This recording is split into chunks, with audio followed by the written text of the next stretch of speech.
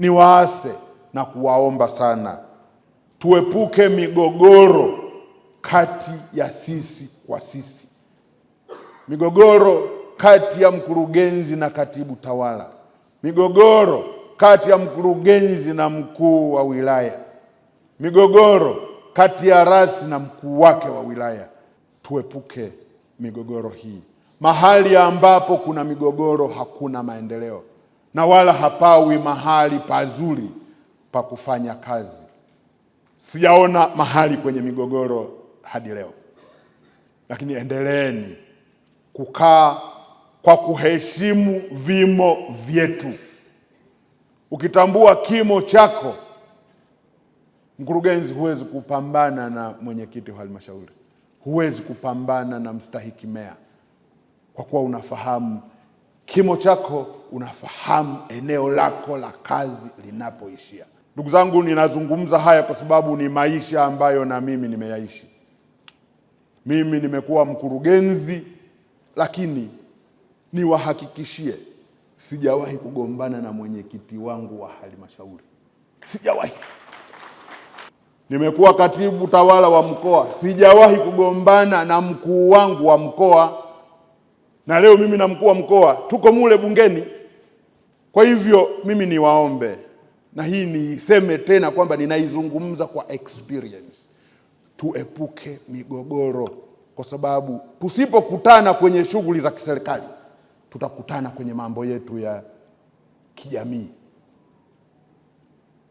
Sio vyema sana dasi ukagombana na DC wako, kesho na kesho kutwa hujui DC wako atakuwa nani, hujui wewe mwenyewe utakuwa nani. Kwa hiyo naizungumza, sisemi kwa wadogo tu, kwa wakubwa zao, lakini nasema vile vile kwa wakubwa kwa wadogo zao. Sijui kama mnanielewa ndugu zangu. Hili ndio ninalo kuja nalo leo. Tuheshimiane kwenye kazi. Ninyi wote mnafahamu serikali za mitaa ndizo zilizo karibu zaidi na wananchi. Hivyo wananchi wanapopima mafanikio ya serikali, kwa kiasi kikubwa wanayaona kupitia huduma wanazopata katika maeneo yao. Kwa hiyo mwananchi ndiye kipimo cha mwisho cha ufanisi wa serikali za mitaa.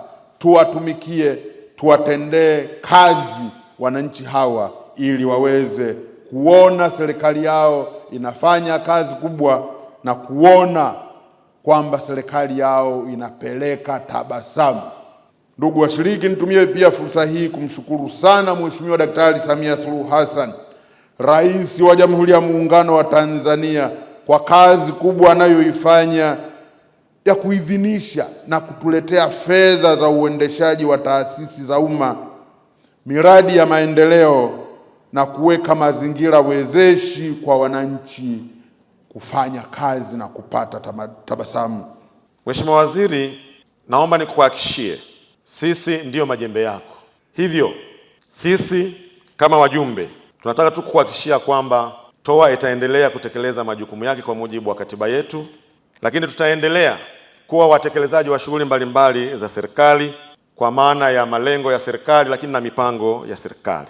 Na ninaomba nikuhakikishie katika hilo, na pia kupitia mkutano wetu huu mkuu wa 16 wa mwaka, kama nilivyosema, tutakuwa na mikakati mbalimbali madhubuti, tutakuwa na maazimio pamoja na mipango ambayo tutakwenda kuwashirikisha wananchi kuhakikisha kwamba mipango inakwenda kutekelezeka.